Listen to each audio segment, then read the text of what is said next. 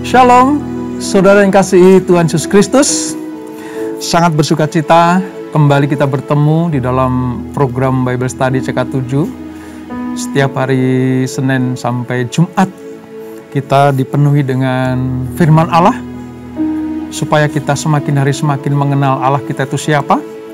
Dan dengan kita mengenal Tuhan yang kita sembah adalah Tuhan yang menyelamatkan kita, maka kita akan hidup di dalam perkenanannya. Nah, hari ini kita akan memasuki satu kitab yang baru, saudara. Ya, kitab yang baru, yaitu kitab Ulangan. Kitab Ulangan. Ini bagian terakhir dari Pentatuk. Bagian terakhir dari 5 Taurat Musa. Di mana kita akan menyelesaikan Pentatuk ini, ya. Dan dimulai dengan pasal yang pertama, dan sebelum kita membaca, merenungkan, dan mendapatkan rema-rema yang terbaik dari Tuhan, mari kita hampiri hadirat Tuhan. Kita masuk di dalam hadirat Tuhan untuk menikmati hadiratnya, supaya kita dituntun kepada jalan benar, terang yang ajaib itu. Kita sembah Dia, saudara. Haleluya. Haleluya, Yesus. Terima kasih Tuhan. Terima kasih Bapa, sebab Engkau Allah yang baik. Kau yang menuntun kami umat-Mu, sehingga kami berjalan di dalam terang yang ajaib, dan kami tidak akan takut, sebab kami beserta Engkau, dan Engkau beserta kami Tuhan. Oh, haleluya.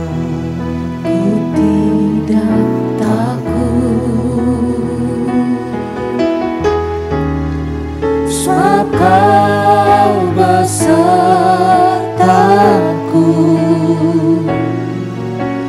ku tidak bimbang, sebab Engkau Allahku.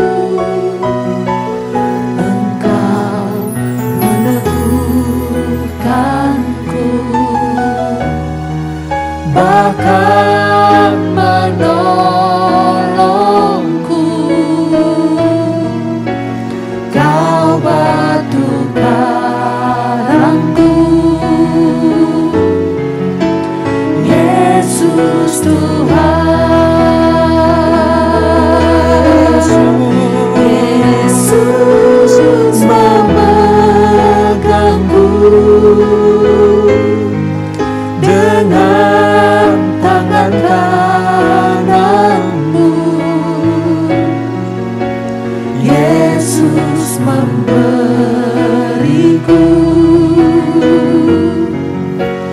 kemenangan.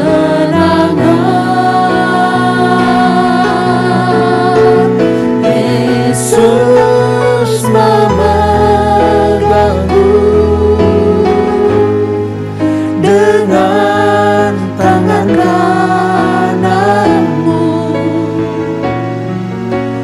Yesus memberiku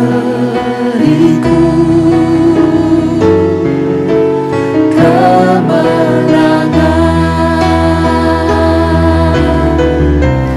Yesus memegangku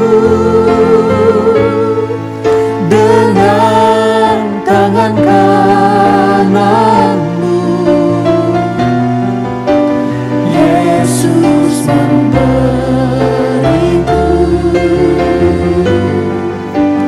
kemenangan.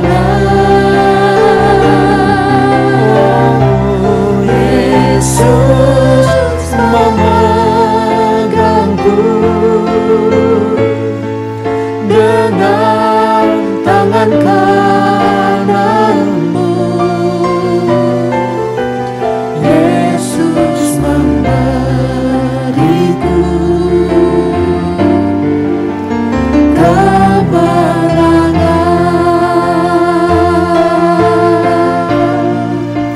Yesus memberiku kemenangan.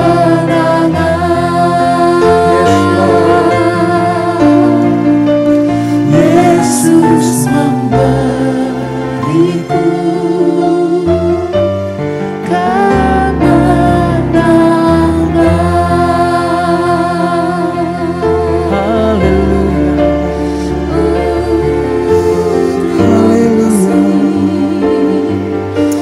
Haleluya. Kau yang beri kami kemenangan, Kau yang beri kami kekuatan. Terima kasih Bapa, terima kasih Yesus. Kau selalu menyertai kami di setiap jalan hidup kami. Kau beri terang yang ajaib, Kau beri tuntunan yang menuju kehidupan. Yesus Tuhan, Engkau baik. Yesus, Kau teramat baik, Engkau sungguh baik. Sekalipun ku berjalan dalam lembah gelap, namun tangan-Mu selalu menopang hidupku. Saat ku dalam ketakutan, Kau hadir di sisiku. Kau berkata, jangan takut, Kau beriku kemenangan. Kaulah Tuhan yang berjanji, tak sekalipun Kau ingkari.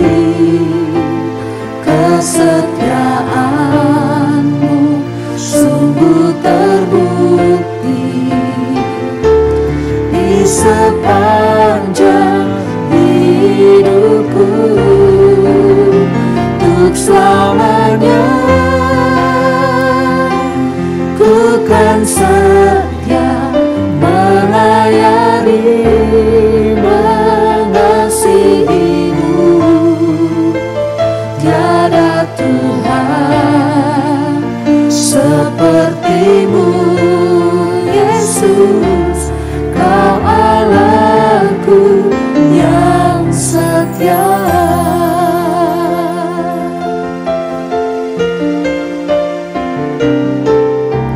Sekalipun ku berjalan dalam lembah kelam,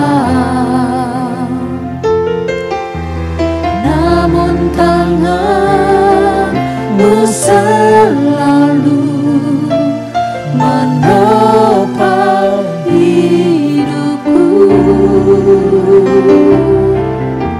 Saat ku dalam ketakutan, Kau hadir di sisiku.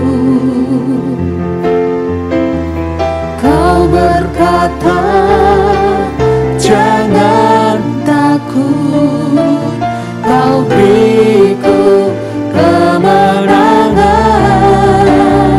Kaulah Tuhan yang berjanji, tak sekalipun Kau ingkari. Kesetiaan-Mu sungguh terbukti di sepanjang hidupku. Untuk selamanya ku kan setia melayani, mengasihi-Mu. Tiada Tuhan seperti-Mu, Yesus. Kau Allahku yang setia.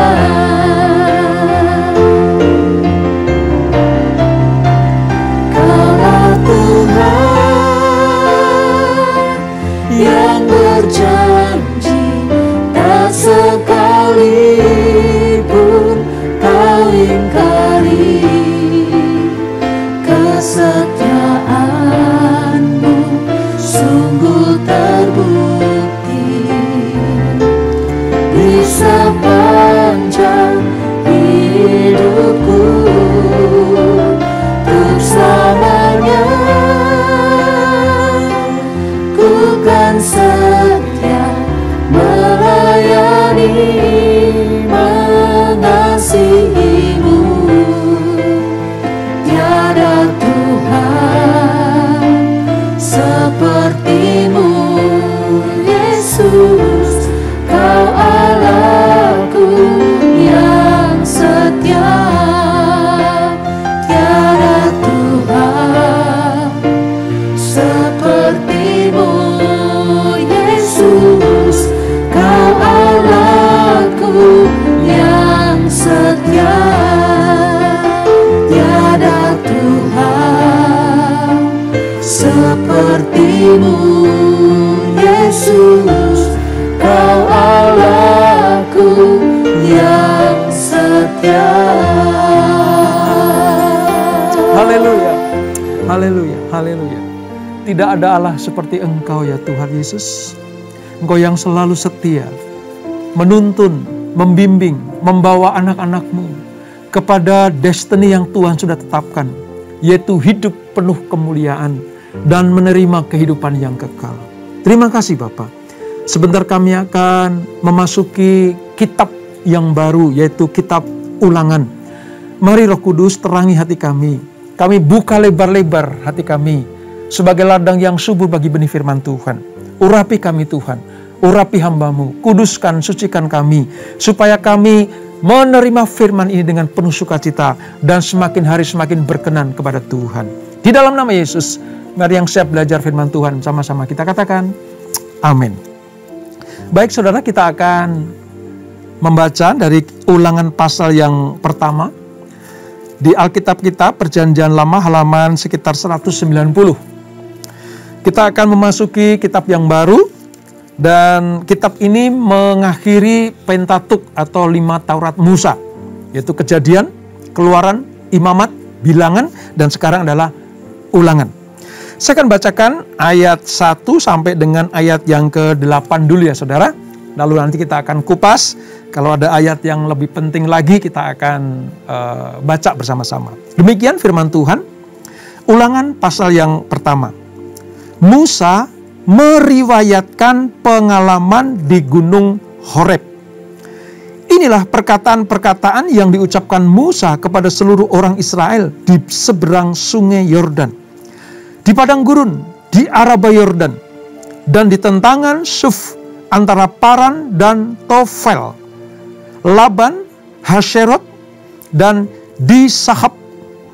11 hari perjalanan jauhnya dari Horeb sampai Kades Barnea melalui jalan pegunungan Seir. Pada tanggal 1 bulan 11 tahun ke-40 berbicaralah Musa kepada orang Israel sesuai dengan segala yang diperintahkan Tuhan kepadanya demikian. Setelah ia memukul kalah Sihon, setelah mereka memukul kalah Sihon, raja orang Amori yang diam di Heshbon, dan Og, raja negeri Basan yang diam di Asitarot dekat Edrei, di seberang sungai Yordan, di tanah Moab, mulailah Musa menguraikan hukum Taurat ini. Katanya, Tuhan Allah kita telah berfirman kepada kita di Horeb demikian. Telah cukup lama kamu tinggal di gunung ini. Majulah, berangkatlah, pergilah ke gunung orang Amori dan kepada semua tetangga mereka di Araba Yordan, di pegunungan, di daerah bukit, di tanah Negeb, dan di tepi pantai laut, yakni negeri orang Kanaan, dan ke gunung Libanon sampai Efrat, sungai besar itu. Ketahuilah, aku telah menyerahkan negeri itu kepadamu. Masukilah, dudukilah negeri yang dijanjikan Tuhan dengan sumpah kepada nenek moyangmu, yakni Abraham, Ishak, dan Yakub, untuk memberikannya kepada mereka dan kepada keturunanmu. Nah saudara, kitab Ulangan ini, khususnya di pasal yang pertama ini, memulai tentang apa? Ketika Musa menceritakan kembali pengalaman bangsa Israel yang keluar dari Mesir sampai ke Gunung Horeb, atau Gunung Sinai, di mana Allah memberikan aturan-aturan, hukum-hukum, ketetapan-ketetapannya kepada bangsa Israel lewat Musa. Dan saudara ketahui bahwa ini kitab Ulangan ditujukan kepada generasi kedua bangsa Israel yang lahir di padang gurun untuk masuk tanah perjanjian. Sebab generasi pertama banyak yang sudah dibinasakan Tuhan di padang gurun, saudara, karena kesalahan mereka. Nah, Allah memberitakan kepada Musa untuk menceritakannya kembali. Dan sebelum kita lanjutkan, saudara, saya ingin jelaskan dulu tentang kitab Ulangan. Kitab Ulangan ini penulisnya adalah Musa sendiri. Temanya tentang apa? Pembaharuan perjanjian. Mengapa disebut pembaharuan perjanjian? Karena generasi pertama mengingkari perjanjian Allah. Dari jutaan manusia yang keluar dari Mesir, mereka beranak pinah di padang gurun. Tapi sebagian mereka dibinasakan oleh Allah sebab mereka bersungut-sungut dan tidak percaya kepada Tuhan. Tercatat hanya ada 2 generasi pertama yang boleh masuk tanah perjanjian, yaitu Yosua dan Kaleb. Selebihnya adalah generasi kedua, di mana mereka diizinkan masuk ke tanah perjanjian. Makanya sebelum generasi kedua ini masuk ke tanah perjanjian itu, Tuhan harus menyampaikan pembaharuan perjanjian untuk generasi ini. Nah, kitab Ulangan ini, saudara, ditulis kira-kira sekitar 1405 sebelum Masehi. 1405 sebelum Masehi. Ulangan ditulis oleh Musa sendiri dan diwariskan kepada Israel sebagai apa? Sebagai dokumen perjanjian untuk dibacakan seluruhnya di hadapan seluruh bangsa itu tahun demi tahun. Musa menyelesaikan penulisan kitab ini menjelang kematiannya. Menjelang kematiannya, saudara. Itu tadi saya katakan sekitar 1405 sebelum Masehi. Dan ini harus disampaikan kepada bangsa Israel. Kalau kita melihat latar belakang kitab Ulangan ini, saudara, kitab ini berisi tentang apa? Amanat perpisahan Musa, yang dalamnya ia mengulas kembali, membaharui lagi janji-janji Allah dengan Israel demi angkatan Israel yang baru itu. Mereka kini sudah mencapai garis akhir dari pengembaraan di padang gurun dan siap untuk masuk tanah perjanjian. Sebagian tadi dikatakan ya, yang sudah dibinasakan Tuhan di padang gurun sudah tidak akan pernah bisa masuk ke sana. Tetapi generasi kedua dipersiapkan Tuhan masuk menginjak tanah Kanaan itu, saudara. Nah, mereka memerlukan pengisahan kembali. Untuk apa, saudara? Untuk semangat mengenai perjanjian. Hukum-hukum Taurat dinyatakan. Kesetiaan Allah diberitakan. Dan suatu pernyataan yang baru mengenai berbagai berkat yang menyertai ketaatan. Dan sebaliknya, kutuk yang menyertai ketidaktaatan. Makanya nanti kalau saudara baca, kita pelajari pasal-pasal berikutnya dari kitab Ulangan ini, kita akan melihat pengulangan dari apa yang pernah terjadi dari mulai kitab Keluaran sampai kitab Bilangan. Diulang kembali, sebab ini untuk persiapkan masuk tanah perjanjian. Nah, berbeda dengan kitab Bilangan, saudara, yang mencatat pengembaraan angkatan Keluaran bangsa Israel yang suka memberontak selama 39 tahun. Jadi dari kitab Keluaran sampai kitab Bilangan itu masa perjalanannya 39 tahun. Kitab Ulangan ini hanya meliputi masa yang sangat pendek sekali. Sekitar 1 bulan pada satu tempat di dataran Moab sebelah timur Yeriko dan sungai Yordan. Mengapa saya katakan di sebelah timur Yeriko dan di sungai Yordan? Karena nanti setelah kitab Ulangan kita akan masuk ke kitab Yosua. Yosua harus melewati 2 rintangan yang besar ini, saudara. Apa itu? Yeriko dengan temboknya yang tebal dan menyeberangi sungai Yordan. Itulah sebabnya maka pidato perpisahan Musa ini disampaikan di dataran Moab, di sebelah timur Yeriko dan sungai Yordan, sebelum masuk ke tanah Kanaan itu, saudara.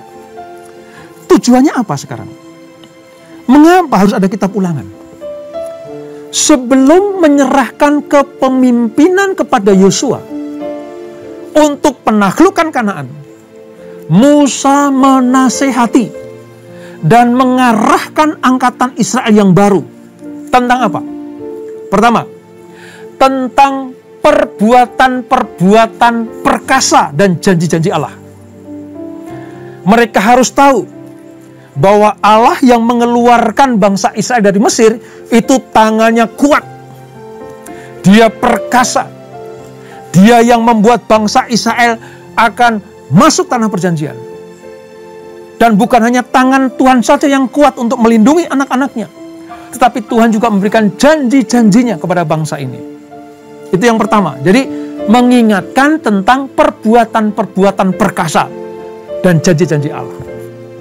Yang kedua, kewajiban mereka yang bertalian dengan perjanjian untuk apa? Beriman dan taat. Isi kitab Ulangan adalah peringatan kepada generasi ini, yang baru ini, untuk apa? Untuk setia, percaya, dan taat kepada Allah yang gagah perkasa itu. Itu yang kedua. Yang ketiga, tujuan kitab Ulangan ditulis apa, saudara? Perlunya mereka menyerahkan diri kepada Tuhan. Hidup di dalam kehendaknya. Mengasihi dan menghormati Tuhan dengan segenap hati, jiwa, dan kekuatan mereka. supaya mereka tidak dibantai Tuhan, dibinasakan Tuhan di padang gurun seperti orang tua mereka. Musa perlu menyampaikan ini kepada mereka. Jadi itu ya saudara, tujuannya ada 3 itu. Nah mari kita lihat sekarang. Ada 4 ciri khas menandai ulangan. Ya, ada 4. Yang pertama begini saudara. Kitab Ulangan itu menyediakan bagi angkatan Israel yang baru landasan dan motivasi yang diperlukan untuk mewarisi tanah yang dijanjikan. Landasannya adalah janji-janji Allah, motivasinya adalah ketaatan, tunduk, setia kepada Tuhan. Ini ciri khas kitab Ulangan. Kalau kita baca seterusnya nanti, isinya itu. Jadi menyediakan bagi angkatan yang baru itu apa? Sebuah landasan perjanjian dan motivasi yang benar. Supaya apa? Supaya mereka betul-betul disebut sebagai umat perjanjian. Ciri yang kedua, kitab Ulangan merupakan hukum kedua. Hukum kedua.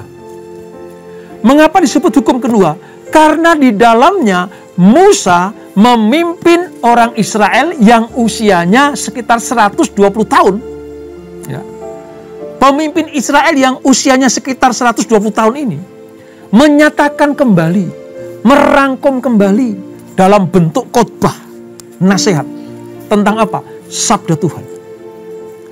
Umur Musa 120 tahun. Menjelang kematiannya, dia memberikan hukum yang kedua. Yang pertama, itu kepada generasi yang pertama. Ini yang kedua, kepada generasi selanjutnya. Jadi, Ulangan ini menyatakan tentang hukum yang kedua bagi bangsa Israel yang ada di padang gurun. Yang ketiga, ciri khasnya saudara.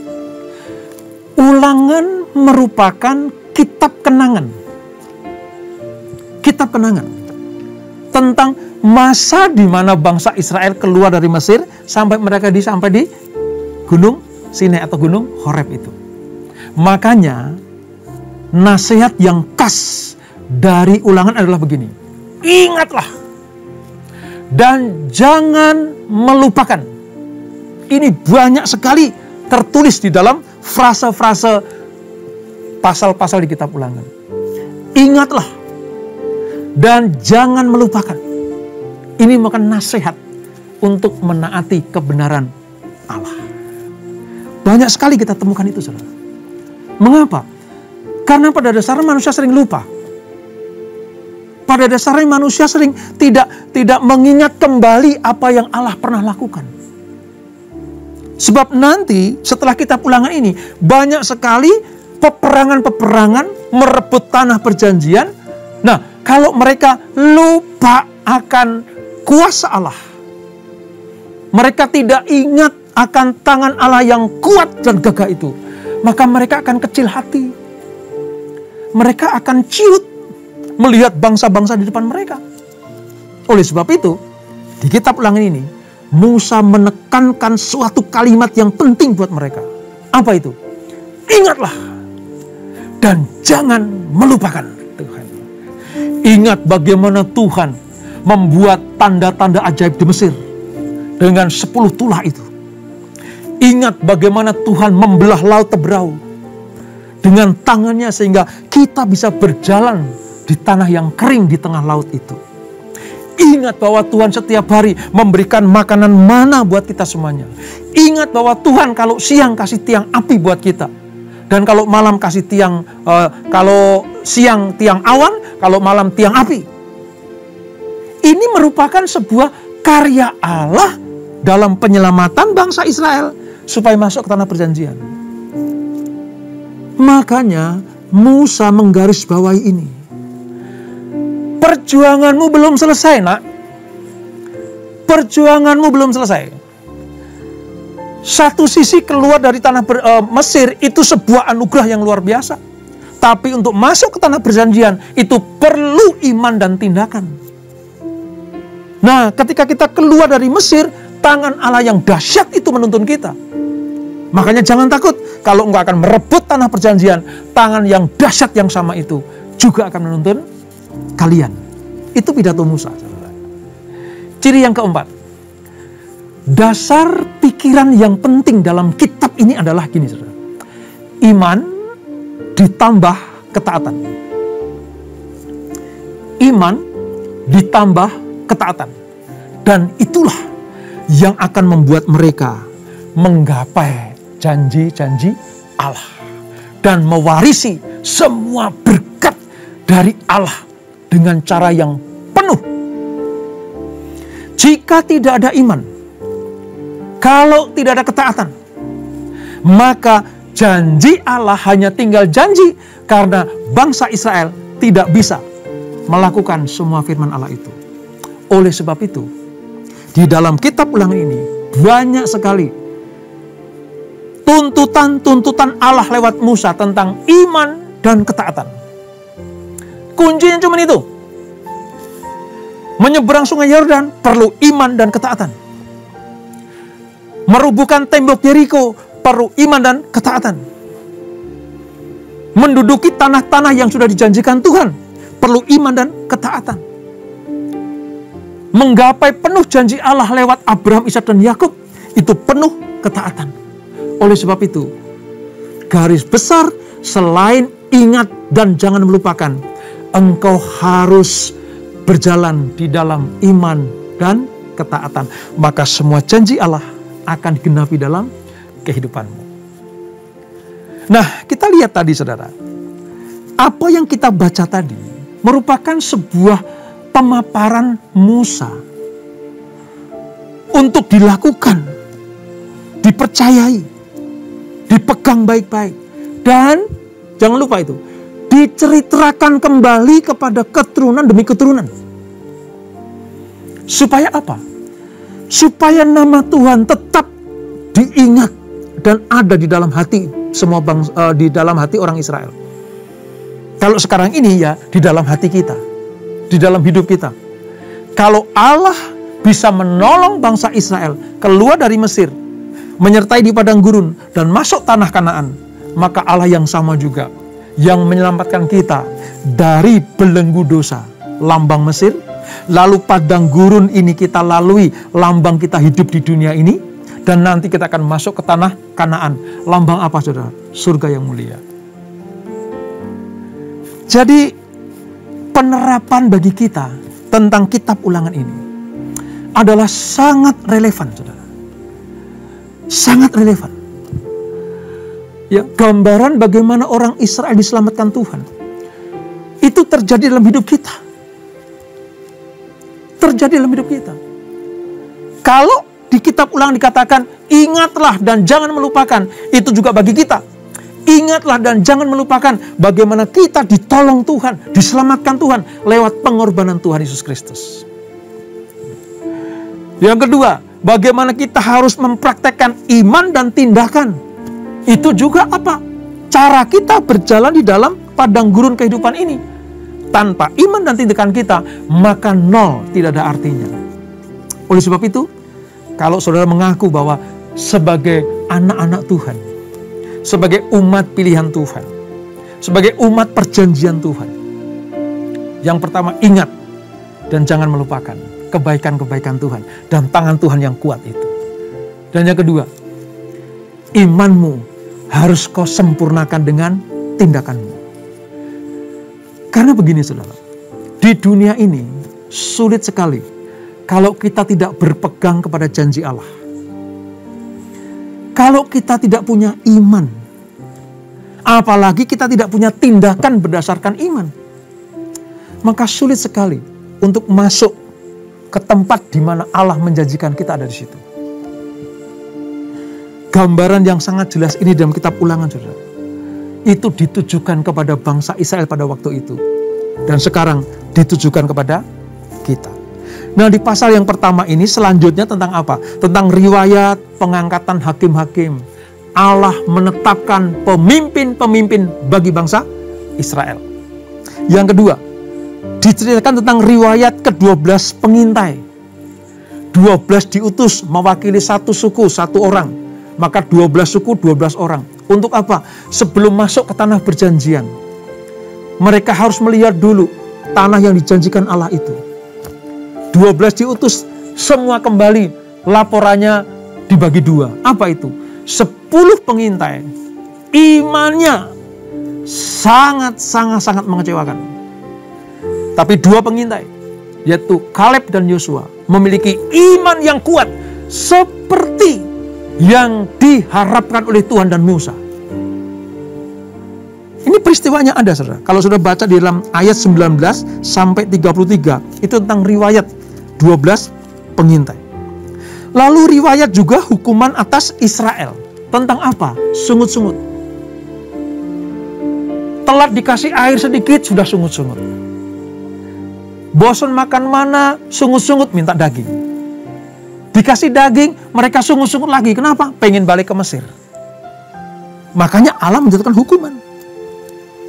Dan berikutnya, pas ayat 41 sampai 46 ini berbicara tentang apa? Kegagalan serangan di bagian selatan. Saya mau katakan bagi kita semuanya begini, saudara. Di Alkitab ini, semua disampaikan. Semua dituliskan. Semuanya diberitahukan. Baik yang berhasil maupun yang gagal, semuanya disampaikan. Baik yang benar atau yang salah, semuanya disampaikan. Baik itu pahala atau hukuman, semuanya disampaikan. Baik itu yang menyenangkan hati Tuhan atau membuat Tuhan itu bersedih hati, disampaikan juga. Tujuannya apa? Mungkin banyak yang bertanya, Pak, kok Alkitab kita banyak juga yang bicara tentang kegagalan ya? Walaupun banyak juga tentang keberhasilan. Justru inilah pentingnya buat kita. Sama seperti Musa menceritakan tentang keberhasilan dan kegagalan generasi pertama kepada generasi kedua. Demikianlah sekarang kepada generasi kita. Supaya kita belajar dari kehidupan bangsa Israel di padang gurun ini. Jika kita tak setia kepada Tuhan, pegang benar-benar janjinya, berjalan dalam iman yang kuat, maka keberhasilan akan menjadi milik kita. Sama seperti mereka.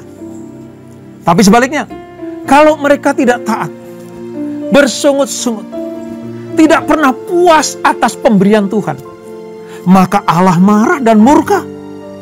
Hukuman dijatuhkan, bahkan tidak sedikit yang dibinasakan di padang gurun. Itu juga yang akan menimpa generasi kita ini. Intinya cuma satu, yang taat diberkati, yang tidak taat dihukum. Nah, ini diulang kembali supaya menjadi peringatan buat mereka. Dan kalau hari ini kita mengupas kitab Ulangan, ini peringatan buat kita. Yuk kita taat kepada Tuhan. Yuk kita setia kepada Tuhan. Yuk kita berjalan dengan iman. Yuk kita ikuti apa kata Tuhan. Yuk kita lakukan semua perintah Tuhan. Maka berkat-berkat Allah dicurahkan buat kita semuanya.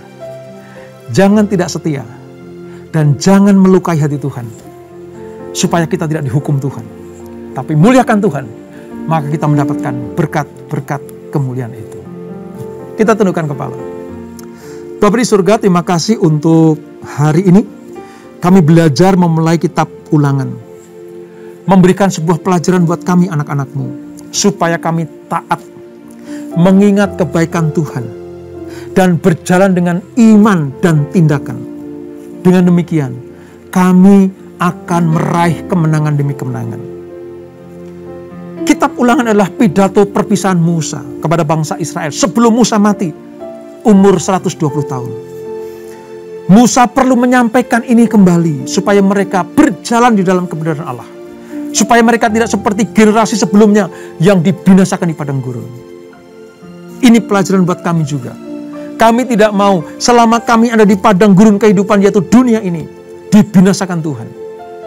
Kami mau tetap taat, kami mau tetap setia, mengingat kebaikan Tuhan, dan berjalan dengan iman dan tindakan kami. Maka apa yang dijanjikan Tuhan akan kami terima sepenuhnya. Berkat penuh itu akan kami terima. Berkat di bumi dan berkat di surga. Sama seperti mereka, diberkati di padang gurun karena ketaatan dan kesetiaannya, dan masuk ke tanah perjanjian karena mereka tetap setia kepada Tuhan. Terima kasih Bapak untuk pelajaran yang luar biasa ini. Berkati anak-anak-Mu, berkati kami semuanya. Pribadi lepas pribadi, diberkati Tuhan. Keluarga demi keluarga, diberkati Tuhan. Kesehatan anak-anak-Mu, bisnis usaha pekerjaan kami, pelayanan kami, masa depan kami, semuanya dikendalikan Tuhan. Dan kami percaya kami akan meraih kemenangan demi kemenangan. Sebelum kami tinggalkan acara ini, kami siapkan hati kami terima berkat yang daripadamu. Kekasih-kekasih Kristus, arahkan hatimu kepada Tuhan. Terimalah berkat kasih anugerah dari Allah Bapa yang berlimpah-limpah di dalam anaknya yang tunggal Tuhan Yesus Kristus, dan persekutuan yang dalam Roh Kudus menyertai kita semuanya. Mulai saat ini sampai Maranatha, Tuhan datang yang kedua kali menjemput kita semuanya. Dibawa masuk dalam perjamuan kawinan anak domba, menikmati kemuliaan kekal sampai selama-lamanya. Yang diberkati, sama-sama kita katakan amin. Tuhan Yesus memberkati.